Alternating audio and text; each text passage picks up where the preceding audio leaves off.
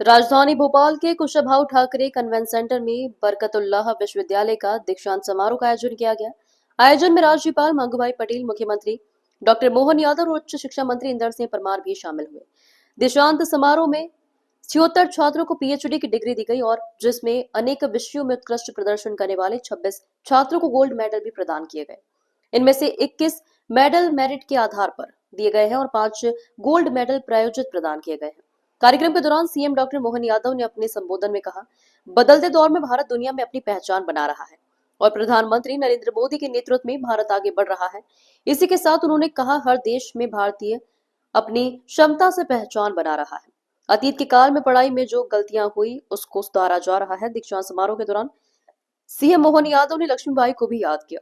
CM ने कहा, नई शिक्षा नीति के माध्यम से पूरे देश को नया मौका मिला है। पीएम मोदी के सपनों में सारी भाषा हमारे राष्ट्र की भाषा है।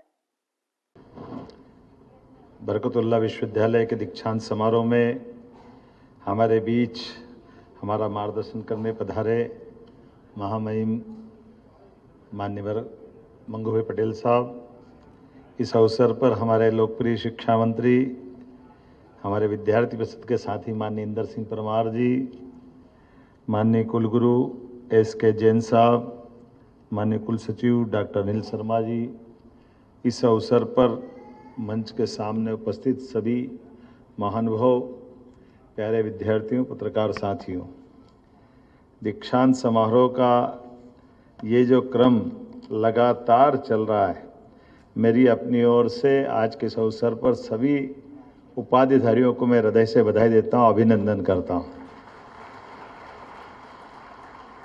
और संख्या में भी देखो तो बड़ी संख्या है, ये महाकाल की कृपा है। विश्वविद्यालय के द्वारा आज 54,000 से ज़्यादा विद्यार्थियों को स्नातक, 23,000 से ज़्यादा विद्यार्थियों को स्नातकोत्तर, 189 शोधार्थियों को पीएचडी की उपाधि, 21 विद्यार्थियों को यूनिवर्सिटी गोल्ड मेडल, इस तरह से 78,000 विद्यार्थियों के सपने साकार हो रहे हैं। मेरी अपनी ओर से आप सबको बधाई, आप सबका अभिनंदन है।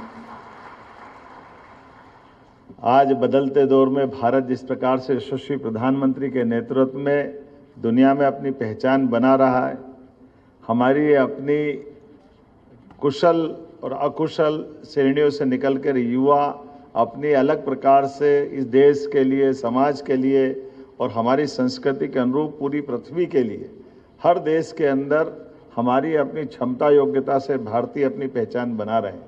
आज के इस दौर में ये और सार्थक हो जाता है जब हम स्वदेशी की बात कर रहे हैं, आत्मनिर्भरता की बात कर रहे हैं, पढ़ाई के लिए अतीत के काल में जो गलतियां हुई उसको सुधारने की तरफ से।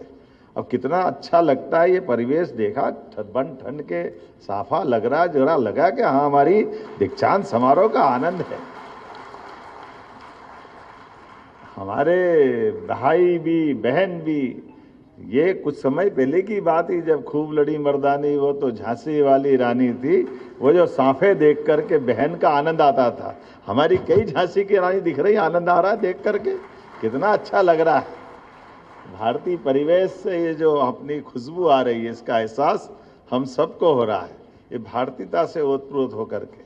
और इसी से जुड़ा हुआ हमारा दूसरा पक्ष भी है, हमारी अपनी परंपरा के हिसाब से विश्वविद्यालय में, जैसा माननीय शिक्षा मंत्री जी ने कहा, 2020 में शिक्षा मंत्री के नाते से मुझे मौका मिला, लेकिन मौके की जड़ अगर देखें तो शिक्षा नीति के माध्यम से, यशस्वी प्रधानमंत्री के माध्यम से पूरे देश के लिए माहौल बना।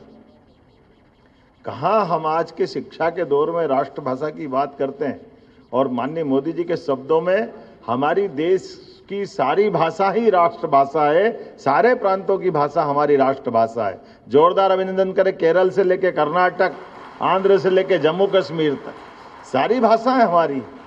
हमारे परिवार के बच्चों में माँ बाप से अगर कोई पूछे कि ज़्यादा अच्छा कौन सा है, अरे जितने बच्चे वो सब हमारे ही तो हैं, सब परिवार के हमारे बच्चे हैं। उनकी अपनी अलग अलग आनंद के साथ उनकी रचना भगवान ने जैसी बनाई वो बनाई होगी, लेकिन वो हमारे हैं। ये जो आत्मीय भाव आना चाहिए, और आत्मीय भाव के पीछे वो 1884 की गलती को भी, 1835 की गलती को भी सब प्रकार से सुधारते हुए जब हमने कहा कि हम अपने डॉक्टर की पढ़ाई भी कराएंगे तो राष्ट्रभाषा में कराएंगे, कितना अच्छा लगता है ये सोच करके।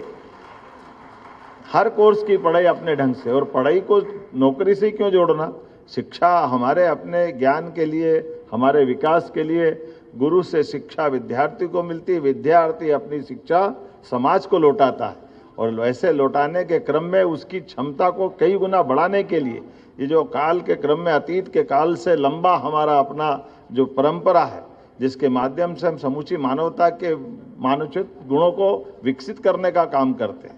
हमारे लिए सौभाग्य की बात है, हमारे कुलपतियों के नाम कुलगुरु कितने अच्छे लगते हैं, नाम सुनकर के आनंद आता है कि हाँ कुलगुरु बोलते ही अब बाकी के लोग हमसे, जवाहरलाल नेहरू यूनिवर्सिटी दिल्ली अब हमारे अपने इस विचार को अपना रही।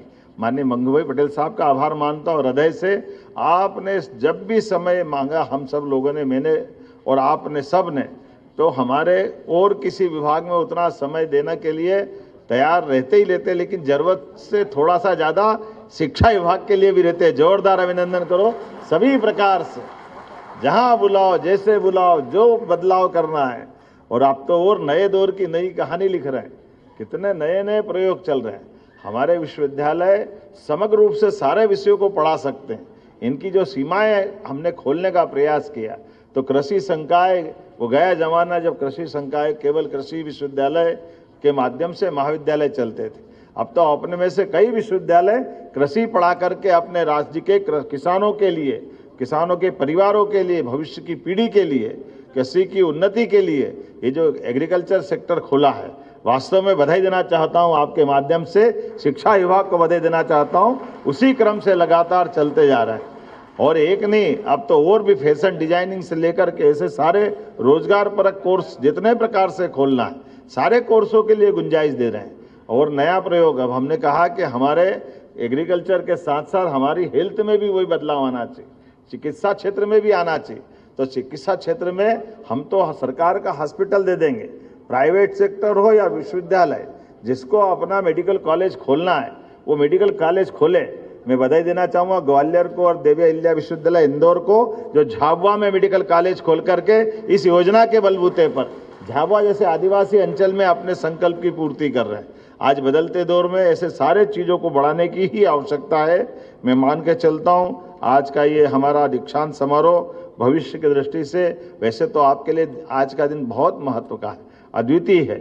जब पूरे मंच ने आपको सम्मानित किया, महामहिम का आशीर्वाद आपको मिला है। अतीत के काल में युवाओं में भविष्य की संभावना देखने की भगवान राम के काल से परंपरा चली आई। भगवान राम को राम के रूप में श्री राम बनाने की अगर योग्यता, और उनका घर से निकाल करके जंगल तक और जंगल से लेकर दुनिया के बीच में जो अद्भुत उनका स्वरूप बना है, इसमें विश्वामित्र जी की भूमिका बड़ी थी। युवाओं को छांट करके घर से निकाल करके, ऐसे बहुत सारे विश्वामित्र बैठे, मैं सबको प्रणाम करता हूँ, सबका अभिनंदन करता हूँ आपके माध्यम से, जिन्होंने अपने अपनी दृष्टि से इस भारत के लिए ऐसे भविष्य में भगवान की दया से राम राज्य की हम तब से कल्पना करते आ रहे हैं और आज के काल तक उस बात को मान के चलते हैं कि शासन सुशासन में तब बदल सकता है जब राम राज्य की स्थापना हो। और राम राज्य के मतलब गरीब से गरीब आदमी के जीवन में भी वो सब कुछ मिले जिसके माध्यम से वो उस व्यवस्था का हकदार है, वो भागीदार है। गणतंत्र भी उसी को कहते हैं। आज के समय में यशस्वी प्रधानमंत्री गणतंत्र को गौरवान्वित भी कर रहे हैं। अत्यंत कठिन परिस्थिति के बावजूद भी देश के अंदर सुशासन की नई बयार लाकर उथल भरे विश्व के परिदृश्य में भारत का मान सम्मान सभी क्षेत्रों के साथ सुरक्षित रखते हुए इस देश के युवाओं के लिए, किसानों के लिए, गरीबों के लिए, हर वर्ग की हितों का ध्यान रखते हुए देश के स्वाभिमान के साथ कोई समझौता नहीं कर रहे हैं। यशस्वी प्रधानमंत्री का अभिनंदन करें उनके इस भाव के आधार पर।